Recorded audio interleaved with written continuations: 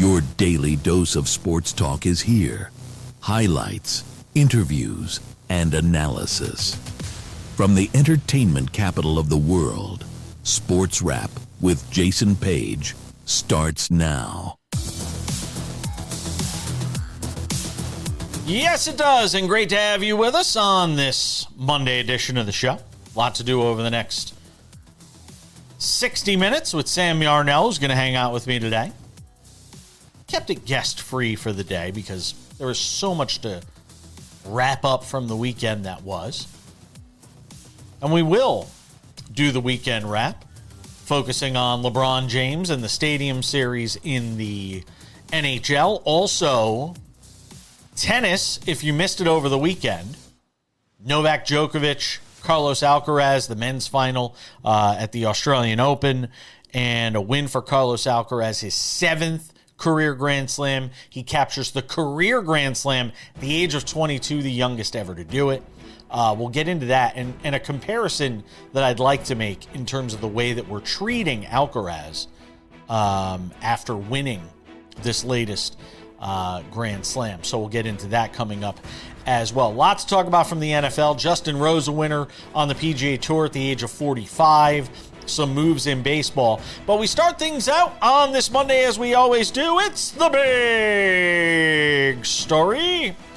And the big story today is the NFL. It's Super Bowl week. It's here. That interminable wait, that 1 week layoff in between the NFC and AFC Conference Championship games and the start of Super Bowl week.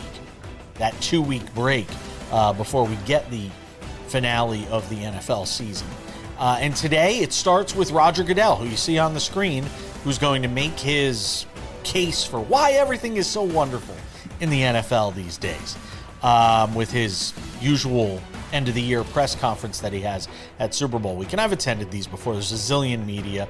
Only a few get to ask questions and, give their thoughts to Roger Goodell. And, he spins it the way he's normally going to spin it. And somebody from NFL media, ESPN, will obviously moderate and ask him some fluffy questions to sort of prop him up and prop the league up. And then the press will have its turn. And look, there's a lot of interesting questions he's going to be asked. There's 3 big topics that I want to see how they're covered at this State of the League address that Roger Goodell gives every year. The first has to be on the coaching front. Look, that's a guy who didn't get one of the 10 head coaching vacancies that were open in the NFL. That's Brian Flores, the defensive coordinator with the Minnesota Vikings, who notably sued the league after his dismissal from the Miami Dolphins. And who knows, maybe that's being held against him. Oh, look, there's another guy that didn't get an opportunity in this coaching cycle. Vance Joseph, who was, of course, the defensive coordinator with the Denver Broncos. Vance Joseph, who a lot of people thought was going to get some looks in this coaching cycle, also didn't get a job. The last 2 coaching vacancies were filled over the weekend. Mike LaFleur, now the head coach of the Arizona Cardinals. Clint Kubiak, who's obviously running the offense with the Seattle Seahawks, is expected to be named the head coach of the Las Vegas Raiders after the Super Bowl. So, again, you have the Rooney Rule. You have it in place to prevent from situations where 10 head coaching vacancies come up and not a single black head coach gets hired. And I'm sorry, there are going to be people out there that say, why are you playing the race card? Why are you talking about that? And by the way, I'm the last person that should be talking about this, being, Whitey McWhiterson here, hosting this show. But at the end of the day, it is impossible to turn away from the train wreck that is hiring practices in the NFL. Because as much as we can talk about the coaching vacancies that all got filled with white guys, the other problem is you have all these offensive coordinator roles that, with the exception of Eric Bieniemy and Mike McDaniel, were all filled with white guys. And who are usually the next head coaches in the NFL? A lot of times, they're offensive coordinators. So the future isn't very bright for the numbers improving when it comes to minorities being hired for these head coaching positions? That's question one that I want to see answered. And I don't have a lot of confidence that they're going to be answered or asked in any vociferous or difficult manner from anybody at ESPN now, with the news that ESPN has officially consumed NFL media in exchange for the NFL taking a 10% stake in ESPN. I know there are some people that will always be pushback people within ESPN. There will always be one or two of those guys. But if you think you're getting hard-hitting commentary on the NFL now, I mean, my God, Pat McAfee is basically a 2-hour love letter to the NFL every day. If you think you're going to get serious criticism, serious critiques, serious commentary by and large on your TV in prime spots on the NFL, good luck. It's another death nail and along the line of death nails to journalism when it comes to sports. That's the other thing that I think is very interesting, is to see how Goodell sort of intermingles that with the conversation today. Last but not least, the Steve Tisch stuff. The Giants co-owner being caught up and ensnared in this Jeffrey Epstein legal document dump that's been put out there, the Epstein files. What is the league going to do about this? How's the league going to handle this? I'm of the belief that there needs to be serious action here when you consider the way that Steve Tisch is represented in the files that have been released so far. And there's more files still to come. Who knows? There may be even something more than we've already seen. But I am fascinated to see how Roger Goodell handles this, because there is precedent for how the league deals with unsavory owners. Daniel Snyder is the first name that comes to mind. I mean, he basically eventually forced Daniel Snyder out of the nation's capital with the Washington Commanders, now the Washington Commanders. How does he handle Steve Tisch and one of the league's flagship franchises with the revelations that have come out in these documents? And I'm not going to go through them all here. It's disgusting, and as a survivor of sexual abuse, I'm just not going to go there because it's triggering for me. But I am interested to see how Goodell handles this. And I'm also interested to see how fans react to how Goodell handles this. How are Giants fans going to react to the co-owner of their team having this sort of negative light cast upon him and the organization? All of that, we will cover it tomorrow on the show, and we'll cover it coming up in a couple of minutes. Sam Yarnell joins us. That's the big story. We're coming back.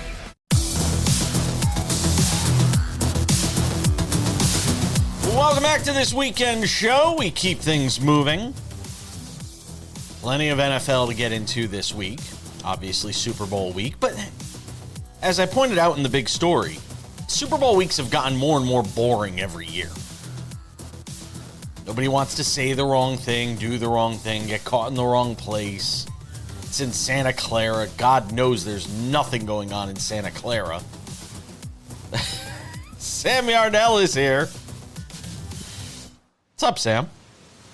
Nothing going on besides earthquakes, Jason. I mean, I hope everyone out there is safe, just a few moments before we got going here. News came down. Big ol' earthquake shook everything going on out there in San Francisco on Monday of Radio Row Week. I mean, having been to a couple of those, I can't imagine what it's like out there right now, the havoc that people from all across the country who never experience earthquakes and have never experienced an earthquake once in their life woke up to their first day of being out of town to the whole room shaking. That'd be a terrifying moment. Have you ever experienced one?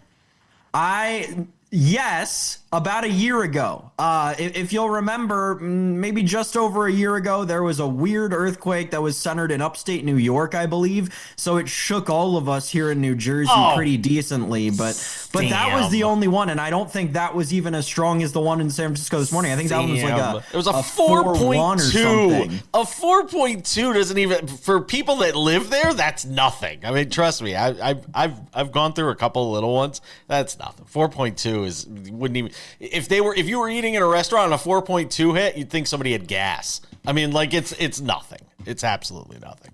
They'll be fine. And we are waiting for the big one here, though, on the West Coast. I do have to say, we're waiting for it. We're ready. All right, let's talk about coaching hirings because there were a couple. We have filled out the list of 10. The game of musical chairs is over, Mr. Yarnell, with 10 coaches hired. The final 2 announced yesterday. Let's start with Mike LaFleur, the new head coach of the Arizona Cardinals.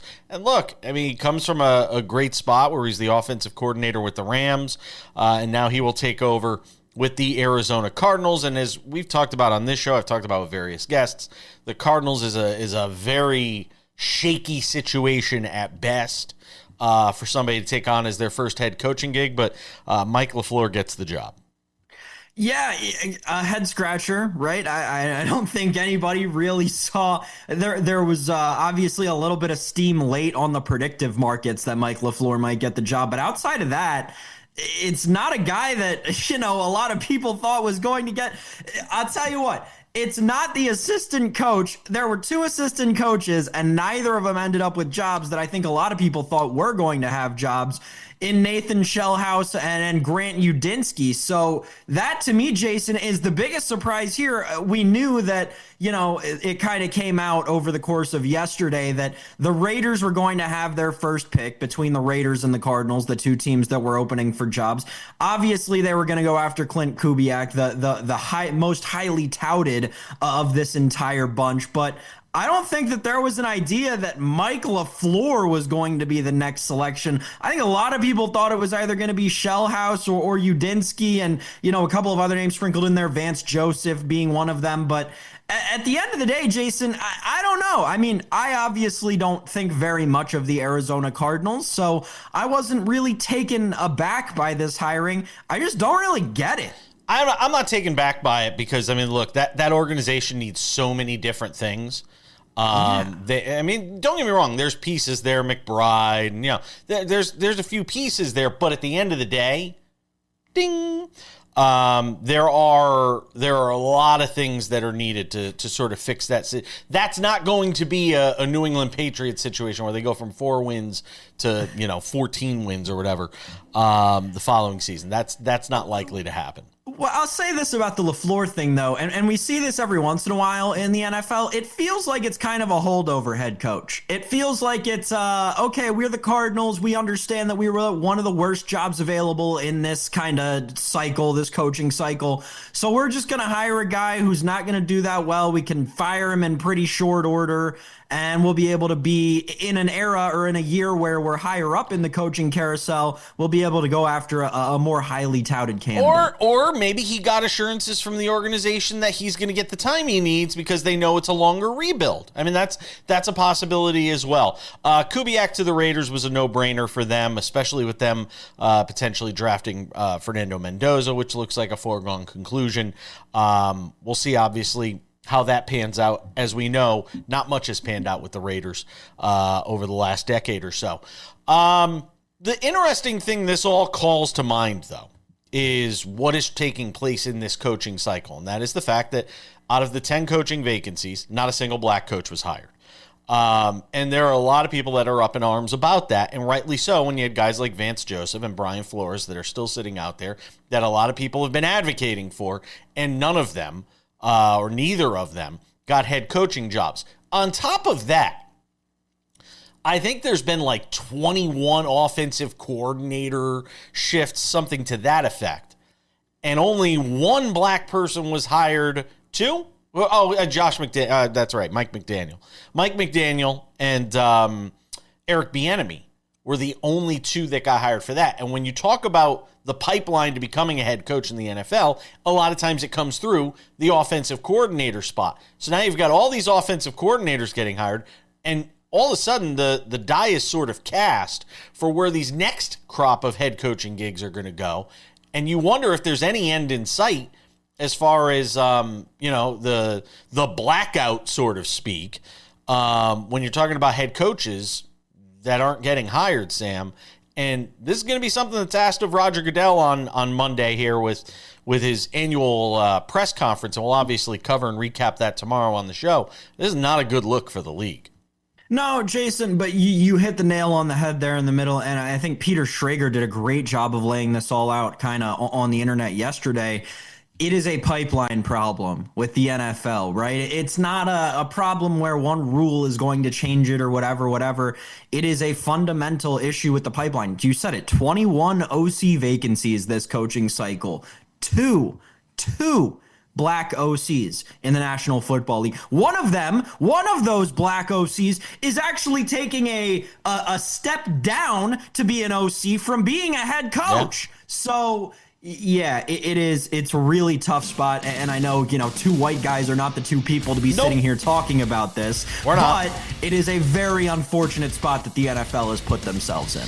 And we'll see what the commissioner has to say about that today. He's going to get peppered with a whole bunch. And let me tell you, of all the seats that I don't want to be in today, it's the one where Roger Goodell is going to be today, because he's going to get peppered with a lot of difficult questions, including one that we're going to get to coming up in just a couple of minutes, the NFL Steve Tisch problem. That's next.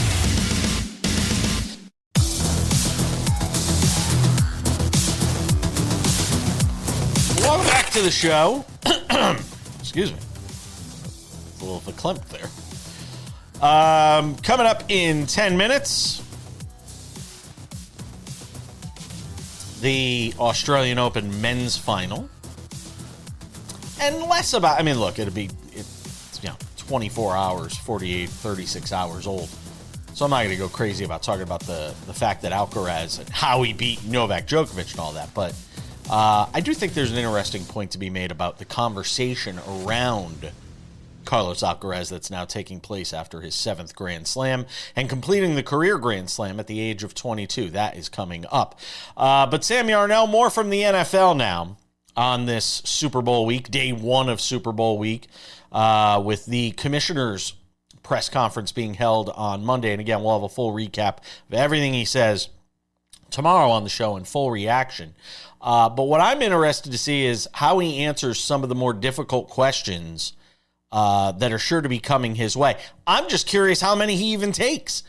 How many? I just wonder if he tries to book it out of there as fast as he can.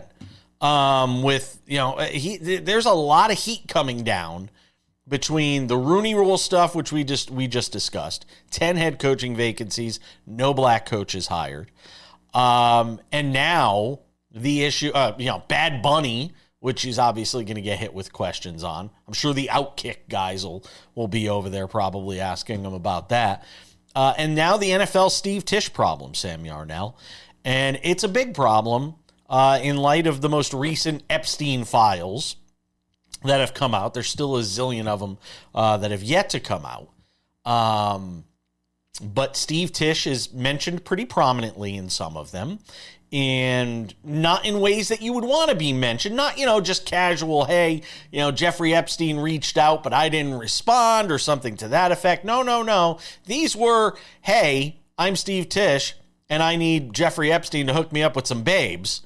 And in some instances, we don't know the and this is, the most difficult part of all this is context. In the case of the Steve Tisch stuff, it's kind of pretty clear to see what was going on.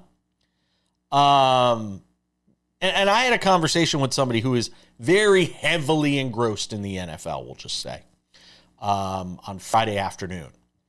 And this person I talked to, I obviously I can't name, was talking about the fact that every time he saw Steve Tisch, it was Steve Tisch with somebody in their early 20s on his shoulder, over the years.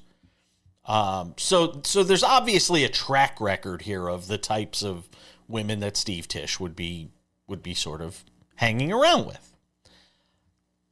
This is a whole different level, though, when you're talking about Jeffrey Epstein and everything that's sort of, the cloud that he casts over everything that he sort of comes into contact with, Sam.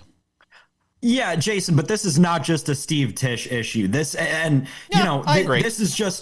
a New York issue. Well, I'll get to that in a second. But you also had, Woody Johnson mentioned in these files. You had an order placed at a Modell's that sent a Geno Smith youth football jersey in the Jets to the it's crazy how deep all this stuff goes. Brian Vickers, the NASCAR driver. It brings me to a greater point that I've tried to make for years, and I'm staunch in my belief of. Sports has a New York problem. It's not the NFL with this problem or the MLB with sports has a New York problem.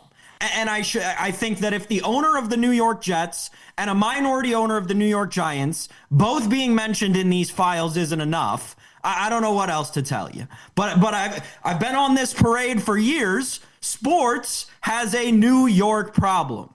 And we continue to let them off the hook so easily because they got about a bazillion teams and this media market that's more powerful than any other city in the world. But at the end of the day, sports has a New York problem. You have two NFL teams, neither of which has been competitive in over a decade at this point. You've got two Major League Baseball teams that it seems every September, October have the entire fan base ready to cut the owner's throat because of their lack of willingness to put a perennial competitor on the board. You have an NBA team that was seemingly figuring all their things out until they fired the head coach, brought in a new head coach. The team had a meltdown through the first 3 months of the season under that new head coach. The most prominent New York team right now is the New York Liberty, and no one talks about them. Sports has a New York problem. And Steve Tisch and Woody Johnson being in these files only furthers that point. Let me talk you off the ledge a little bit. First of all, the Knicks have won 6 in a row. And the Knicks have won 6 in a row. The Yankees are in the postseason every year. And they lose, but they're in the postseason every year. I think what you have to, again, context is important. Jeffrey Epstein was a New Yorker, so a lot of his circles obviously operated within that area. Okay. So I don't necessarily, while I think there is a problem here when it comes to Woody Johnson and Steve Tisch and being involved in all this, I don't disagree with any of that. In fact, this helmet will not be displayed until Steve Tisch is gone. No, because I'm disgusted by some of the stuff that I read about Steve Tisch. I will not root for the New York Giants. I will not support the New York Giants in any way as long as Steve Tisch is there, especially as somebody especially as somebody that is a survivor of sexual abuse. I will. This is something that's very, very personal to me. But I don't necessarily think it's a New York problem. I think you have to remember that it's a problem because Jeffrey Epstein, that was just where he operated. That was his circle. It was Florida and New York. So I think that has to be remembered as well. But I am curious to know, the league has a policy in place for how to treat these things when it comes to owners. There's a max they can fine them, and that max isn't all that much. But there is precedent in sports for forcing owners out. He's a co-owner. I mean, we're not talking about, Tom Brady owning, 5% of a team. We're talking about a guy that owns half the team. And there's precedent. That's how they got Dan Snyder out. Yes. There is plenty of precedent here. So I am very interested to see how Roger Goodell tap dances around this. Because you're talking about one of the most prominent franchises, not just in your league, but in all of sports, in the New York Giants. And they've got a major problem on their hands. And it's in the middle of Super Bowl week. The build up to your biggest game. Along with Bad Bunny and the fact that you didn't hire a single black head coach in a coaching cycle with 10 openings. I do not want to be Roger Goodell today, but I do want to be one of the people asking him questions, but instead I'll have to settle for watching people ask him questions. We got a lot more to do on the show. Carlos Alcaraz wins the Australian Open next.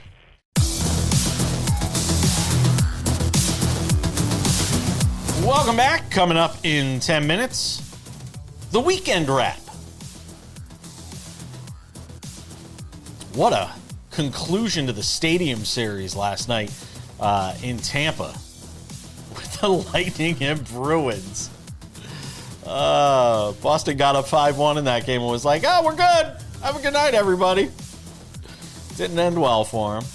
Speaking of endings, LeBron James made what might be his last trip to Madison Square Garden on Sunday night.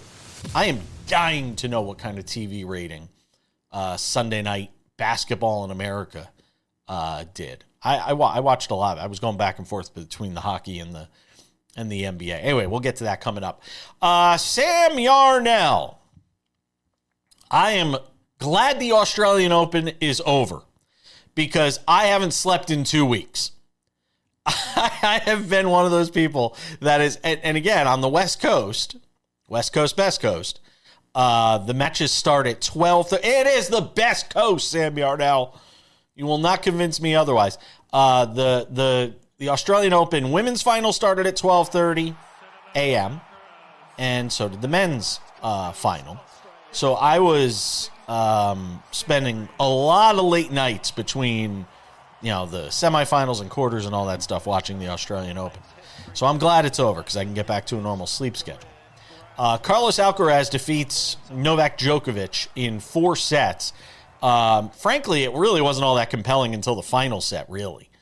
First set and the last set, because the middle 2 sets, Alcaraz really played well. He wins his 7th Grand Slam. He captures the career slam at the age of 22 and denies Djokovic a 25th Grand Slam, a record 25th Grand Slam, which is leading to a lot of people now, loving people, that are suggesting, he's the GOAT, he's the heir apparent, he's the one who's going to catch Djokovic at 24 Grand Slams, by the way, which means he still has 17 to go. And all of it sounds great, but it is very reminiscent to me of a conversation we were having just a few years ago when Patrick Mahomes won his last Super Bowl. And everybody started hopping on television saying, is he better than Tom Brady? Is he going to catch Tom Brady? We heard that from end to end in the weeks and months after the Chiefs won their last Super Bowl. And lo and behold, 2 years later, Patrick Mahomes is going to be coming off ACL, MCL surgery. And we're talking about a rebuild of the Chiefs and wondering if they're not even going to be the best team in their own division when the season starts next year. And that's how quickly things can change in just 2 years. And in tennis, with the physicality involved, and if you watch the way Alcaraz plays, it's very reminiscent of Nadal in some ways. The court coverage, everything's coming back at you. You're going to have to hit 1 or 2 extra shots in a rally to put him away, if you can put him away at all. There's no telling the physical toll that's going to take on him. So while it's fun to sit here and assume that he's going to pass Novak Djokovic at some point, while it's fun to have that conversation, I think it's incredibly irresponsible, Sam, to suggest that he is he is the GOAT, and B, he's going to be the GOAT. So here's the thing. Tennis is a much more, obviously, with it being an individual sport, it becomes a much more, dynasty-prone sport than any other one. While, yes, in football, a couple of years ago, people were ready to crown Patrick Mahomes as the greatest quarterback of all time, yada, yada, yada. It was very, very clearly and obviously because we were 3 years at that point removed from the actual greatest dynastic quarterback of all time that football will ever see in Tom Brady. And everybody was just a little, punch drunk off of what Tom Brady had just done for the last 15 years in the National Football League. And Patrick Mahomes beat him, and we were just really ready to crown Patrick Mahomes, when in reality, I don't really think he was even approaching the universe of Tom Brady. In tennis, right, you had Djokovic take it from Federer, right? It's a dynastic thing that kind of runs into itself because, while yes, it is a very grueling game, the good ones last. Like the ones that are great stick around, and it's starting to feel like Alcaraz has kind of entered that conversation with the greats of your Federers, of your Djokovic's, a rung above Nadal. Not to say Nadal isn't one of the greatest tennis players of all time, but he was never on that same level as Roger, especially at the end of their careers. So it's starting to feel like Carlos is establishing himself as, I want to say, this generation's Novak, right? When you'll have Sinner and other guys, Medvedev, trying to be this generation's iterations of Roger and Rafa. I have an argument. I'm going to argue against myself because I'm an attorney. I'm like an attorney. I'm not an attorney. I'm like an attorney. I can argue both sides of anything. And the argument for him to break Novak's record is this. I don't see anybody other than Sinner that can challenge those two. It's not Medvedev. It's not, Sasha Zverev. It's not Taylor Fritz. It's not all these guys. They're gonna have these one-offs where they get into the finals and then lose, and that's all great. The argument for Carlos Alcaraz to eventually break and surpass the 24 majors is the fact that there isn't the Andy Murrays, there isn't the Roddicks, there isn't a challenger. Whereas there was a big three and guys, sort of dribbled in. There isn't that. It's just Sinner. It's just, shortly when Djokovic retired, it's just going to be Sinner and Alcaraz.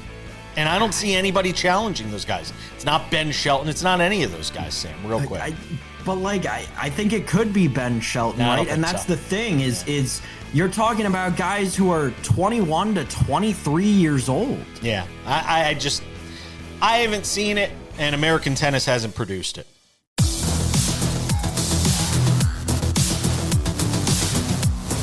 All right, Odds and Ends wraps it up 10 minutes from now. Some news from baseball.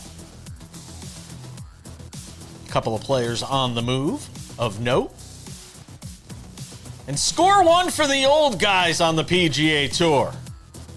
That's coming up. Sam Yarnell, time for the weekend wrap. Was it the final game for LeBron James at Madison Square Garden on Sunday night? Sure could have been. And if it was, he played pretty well. He was 9 of 15 shooting from the field, had 20 or 9 of 13, I think, had 22 points. As the Lakers were beaten by the Knicks, who have now won 6 in a row since Jalen Brunson called a players-only meeting after the Knicks went through a bit of a bad stretch for about a month. So the Knicks, playing obviously better basketball. I think they're the 3rd seed right now in the East. But to me, the conversation from last night, Sam, was about, LeBron James playing in his final game at Madison Square Garden. I don't think it is. I know a lot of people are trying to build it up that way. And we've had our friend Kurt Heelan on the show talking about this, whether or not LeBron wants sort of the farewell tour and get your gifts at every stop, that sort of thing. The fans certainly thought it was going to be his last game, though, because that was the most expensive ticket in the NBA since Kobe Bryant's final game with the Lakers. So it certainly tells you what fans were thinking at Madison Square Garden last night.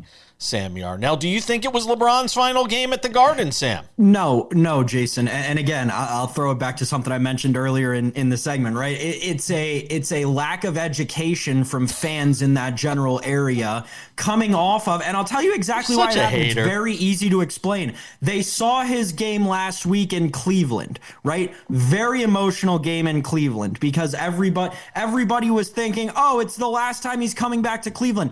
No, folks, you don't realize he's getting emotional because it's the last time he has to ever play in the visiting locker room in Cleveland. Because as he has stated, and as he has kind of deteriorated his relationship with Jeannie Buss and the Lakers organization over the course of the last month and a half, kind of, sort of, it's becoming more and more obvious that LeBron James is going to leave the Lakers very soon, and it seems more and more like he's going to Cleveland. So that obviously played a huge role into him being emotional going back to Cleveland last week.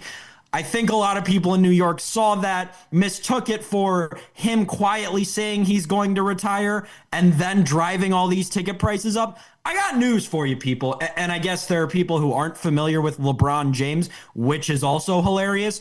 When LeBron James is going to retire, you're gonna know LeBron James is going to retire. When LeBron James is playing his last game at the world's most famous, you're gonna know LeBron James is playing his last game at the world's most famous. He's not just gonna let it be some other Sunday afternoon in New York. Just might surprise you. You never. I think he truly is year to year and just seeing how he feels at the end of the season. I really do.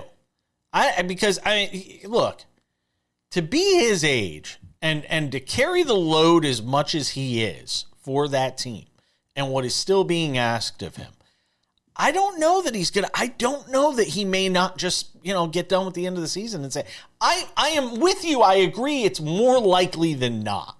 I'm just playing devil's advocate here. More likely than not, he's playing next year. And Cleveland is as good a choice as any if they could figure out how to make it work, salary-wise and all of that stuff. But I do think at his age, you get to the end of the season, like Matthew Stafford at this point. We don't know if Matthew Stafford's coming. We assume he is. I think he is. Coming off a year where, they could have been a Super Bowl team and he's going to be an MVP. But you just don't know ultimately until you get to the end of the year and you just see how your body feels. Your point is very valid. I think to me, those same kind of reasons, because I agree with you, right? Like they are asking him to do too much. Yeah. He's still performing at this age. It's crazy. Year 22, 23, whatever it is.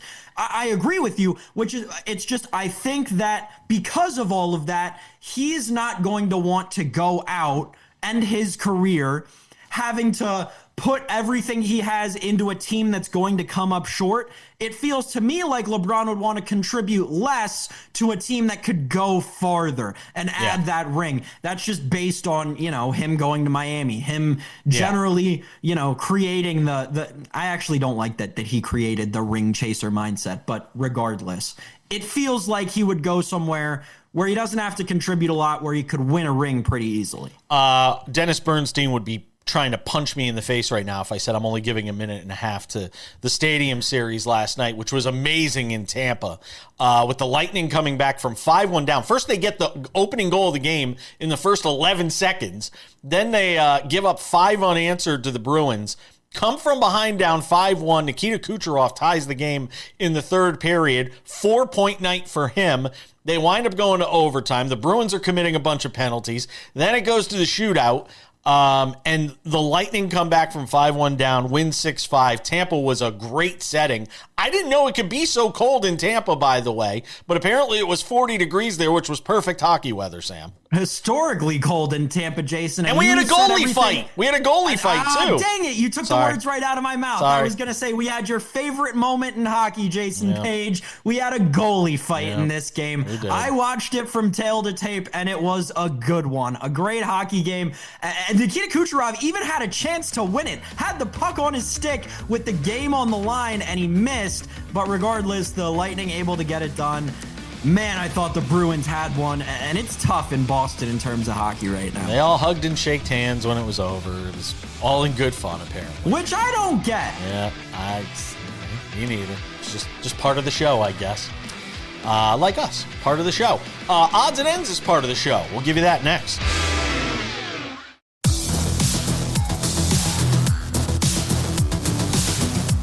All right, just about time to put the wraps on this baby for a Monday.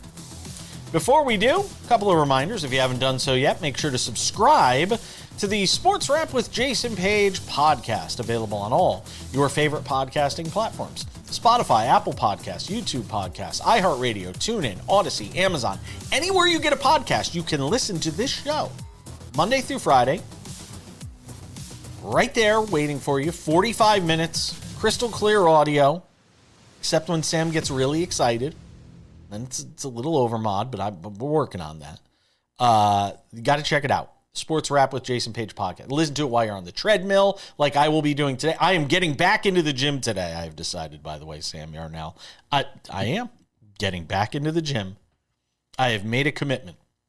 4 p.m. every afternoon. Do not call me at 4 p.m. Pacific every afternoon, because I will be in the gym. You never call me, so I don't have to worry about that. I was trying to figure out 4 p.m. Pacific. That's 7 freckle past a hair Eastern, right? Okay, I won't call you then. Getting back in the gym starting today. You can listen to it while you're on the treadmill, in the shower, laying in bed, whatever it may be, while you're driving to work. Make sure to go and check out the podcast. Also, the Sports Wrap with Jason Page YouTube channel. This is the place for all things Sports Wrap with Jason Page. The Monday through Friday TV version of the show is there. Extended conversations that can't fit into the show are there. Sports Wrap Shorts, if you have not checked these out. Sports Wrap Shorts, 1 to 3 minute long videos. When news breaks, we jump onto YouTube with Sports Wrap Shorts.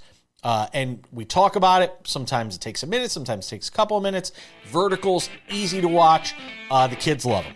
Go and subscribe to the Sports Wrap with Jason Page YouTube channel.